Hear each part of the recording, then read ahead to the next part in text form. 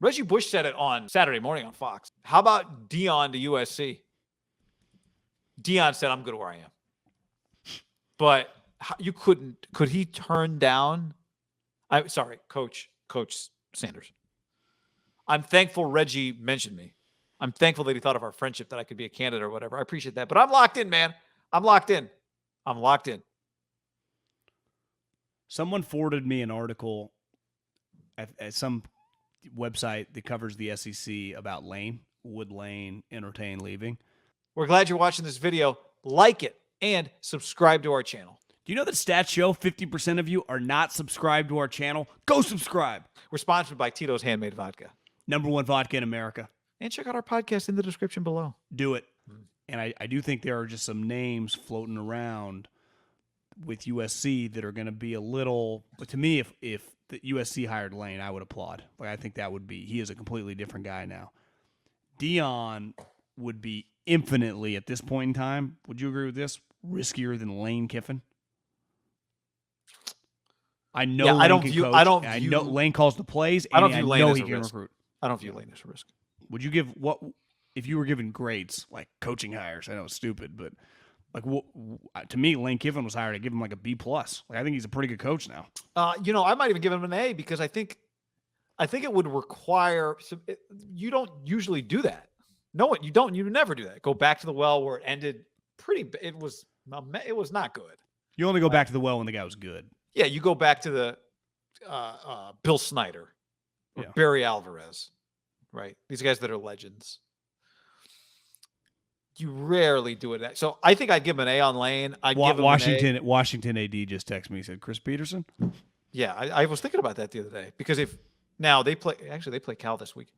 If they were to not win a league game, which I doubt would happen to them, but if it were to happen to them, I think they'd make it. Well, aren't you going up there this weekend? Doesn't Guy Haberman on the call? That's right. Cal UW. I would say you lose to Cal.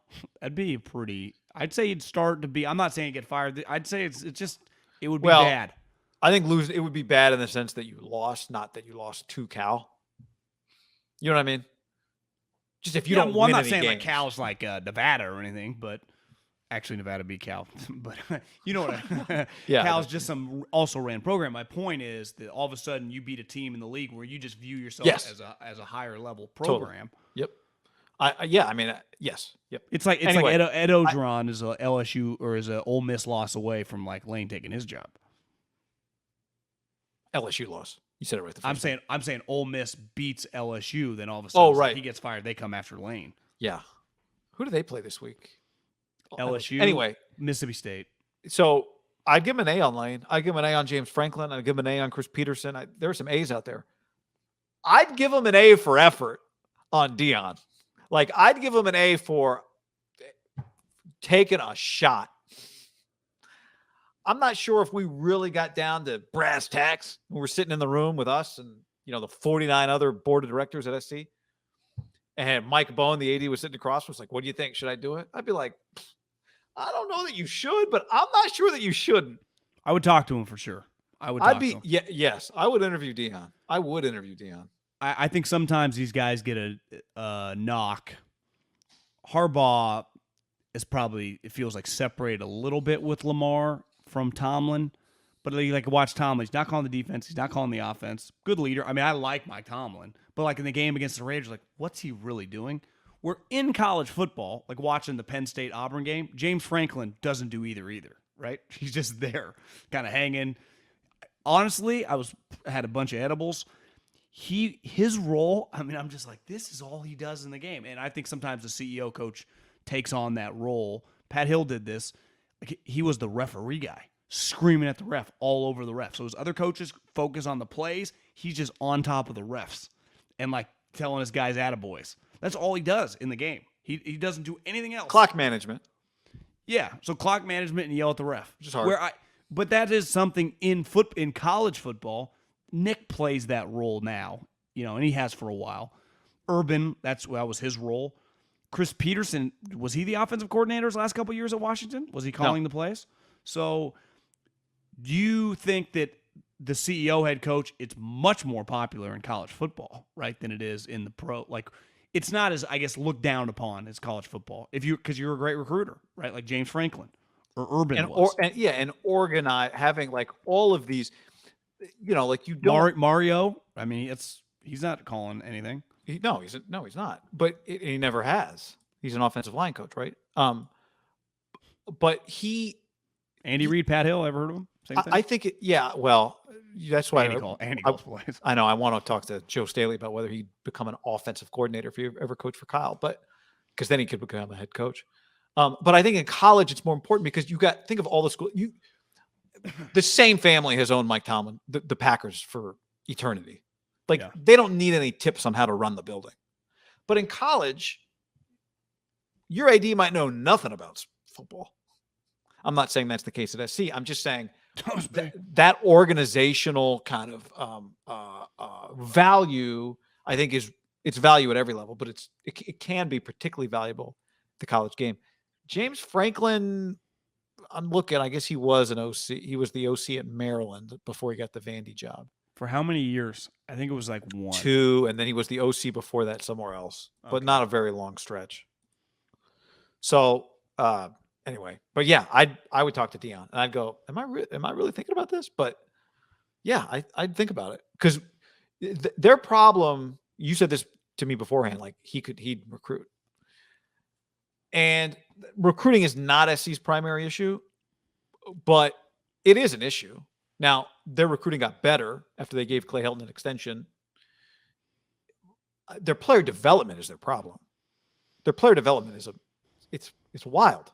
That's why, the last time they hired a coach, there was some rumblings that Kyle Whittingham would take that job. Quick moment to tell you to get in our DraftKings game. It's linked below. Play any game, really. Use the code HAM when you sign up at DraftKings. Do you want to gamble? I know I do. And where I do it, mybookie.ag, promo code HAM1.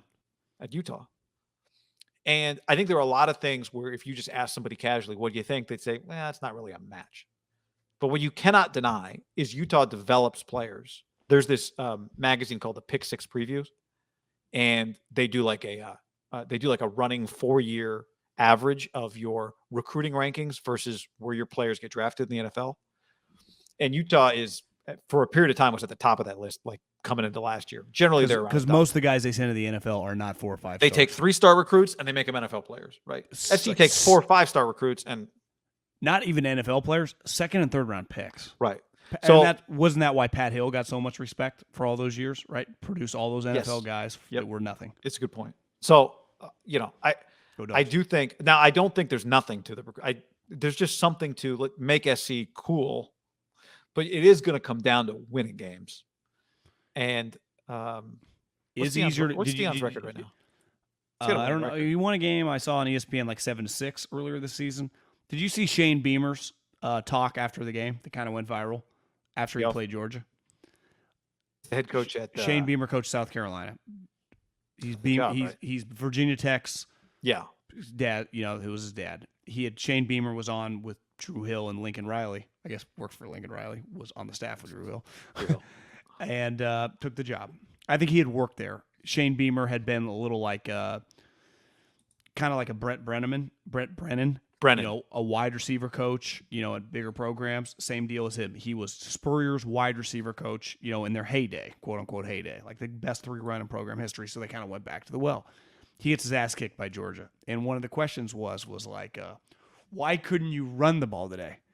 And he starts grabbing his head and he starts laughing. He goes, guys, that's the best defense I've ever seen. He said, every single human over there is a 5-star, enormous, complete ass kicker. He's like, I don't even know. I'm at a loss just seeing those guys in warm-ups than trying to play them. He's like, I think that's the best defense in the country by a mile, which everyone agrees. But his point was, at the end of the day, they have so much more talent than we do. There is nothing. I could have come up with Walsh, Parcells, Spurrier, and Lombardi could have given me plays. It would not have mattered today. And I do think college football, much more than the NFL, obviously you would want Trent Williams and the George Kittles and Jalen Ramseys and Jamal Adams on your team. But it is proven over and over that you can get to the NFL playoffs. A little harder to win the Super Bowl, but even win playoff games and not have the most talent. I would say it is consistently proven that the top guys win in the college football.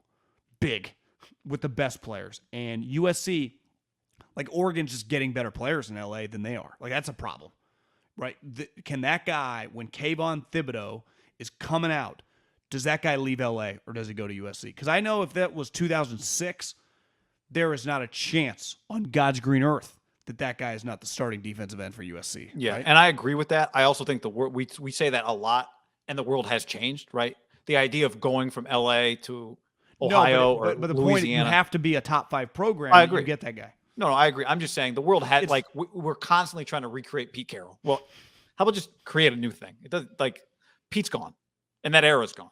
But if you are this premium program, I agree. No, I agree with your point. You should I'm just land saying, the guy in the backyard. I agree. I'm just saying I don't think you can secure local products at the rate that anybody did in the 2000s. Well, just look Early at it 2000s. like some viral videos over the years when LSU was a power program and Louisiana historically has pulled, sent out several like top 20 players in a class.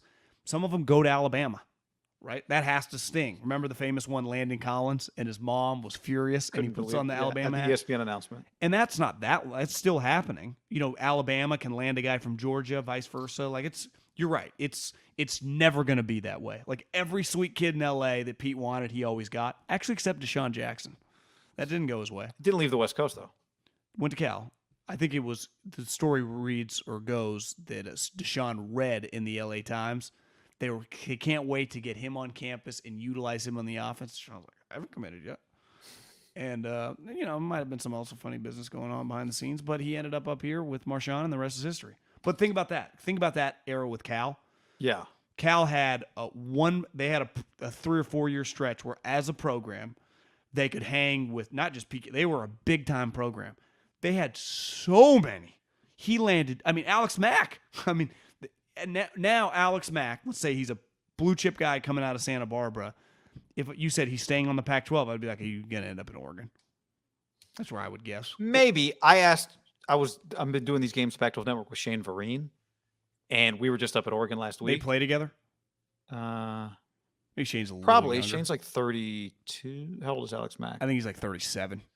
So I said, did Oregon recruit you? He's like, I think Alex Mack snapped to Aaron Rodgers when he was young. He came out in like 07. He's been the pros a long time, Alex Mack. So I asked him, did Oregon recruit you? He said, yeah, they were the first team that recruited me. And I said, well, why didn't you go here? He's like, well, academically, Cal was just, that's what I want. I knew what I wanted to do. Like, Cal's where'd Vereen go to high school? Where's Vereen from? Southern California. Okay.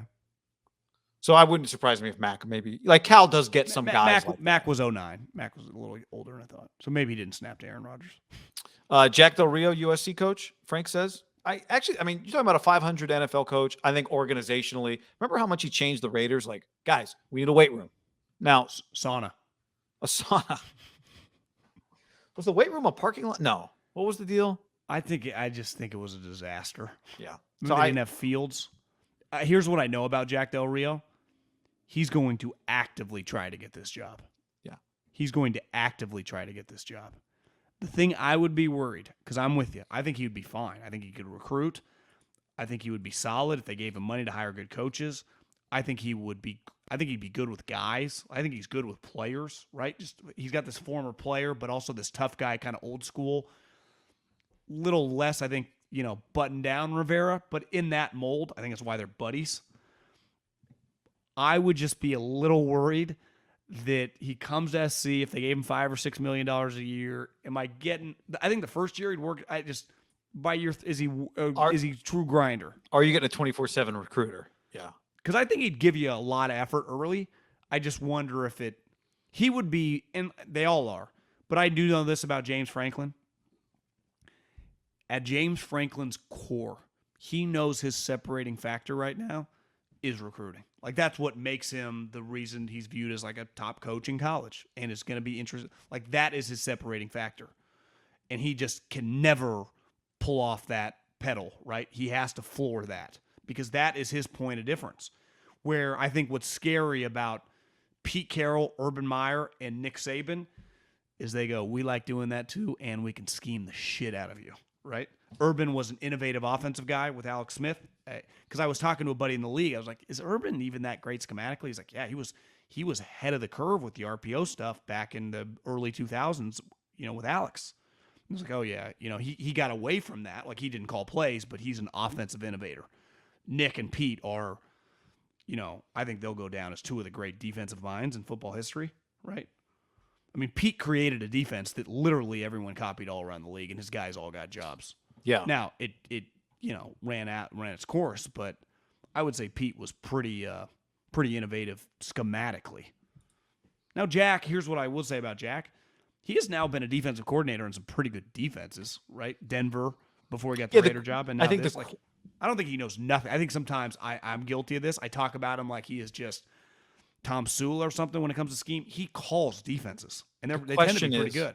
The question is, can he get you to the national championship conversation? Can he get you to college football? But that would be my pushback on James Franklin. Hiring James Franklin, I think has a potential to be a letdown because I think he could bring you what he's doing to Penn State now, and he still falls short. He'll never live up to it. No, he brings you what he's doing, but he doesn't bring Ohio State in his division with him. Like, do you think James Franklin gets them to the playoffs in 3 years?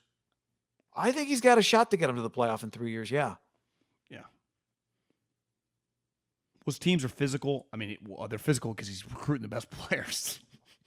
And I think that's the key is like, here's a guy who has substance, but is not afraid to be a personality out there and kind of be a lightning rod for his program.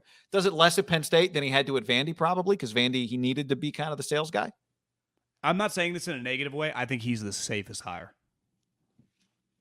And that's assuming he might not. He gets $8-9 million. He could make the playoffs this year. He, to me, is not a lock to leave. He's a PA guy. I talked to a buddy that goes through that school. He's like, James Franklin's cool as shit. I really like him. Like, I hear that a lot. I've heard the way he was described, just like Matt Rule. Like, bro, he's a great guy. Like, he is, and that's not every coach. I could name a couple. Josh Heupel. People do not like. They like this guy, and that to me means something. Like, that's part of when you were that. Pete had that. Chris Peterson had that. They just kind of get it. They're just Saban has that. They're just get it guys. And James is. That's the worry with Jack. It's just a lot of newness. Like, there's an element that he's just never done. He's been an NFL guy. How long's Jack been an NFL guy? 40 years now? Yeah. Long time. You're right. The comp with Pete, you'd be like, well, Pete was a lifetime NFL guy before he transitioned back. He'd been an NFL coach. I'd say times have changed a little bit. But if you're smart and football guy, like, you could figure things out. If you're willing to.